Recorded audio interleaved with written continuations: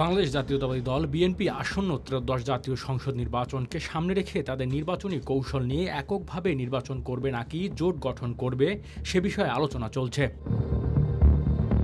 BNP জাতীয় স্থায়ী কমিটির সদস্য ডক্টর খন্দকার মোশাররফ হোসেন সম্প্রতি এক সংবাদ সম্মেলনে বলেন, আমরা এখনও কোনো দলের সাথে আনুষ্ঠানিকভাবে কোনো ঐক্য গঠন করিনি, হবে কিনা তা আমরা এখনও বলতে পারি না, কারণ আমরা কোনো ধরনের সিদ্ধান্ত গ্রহণ করিনি।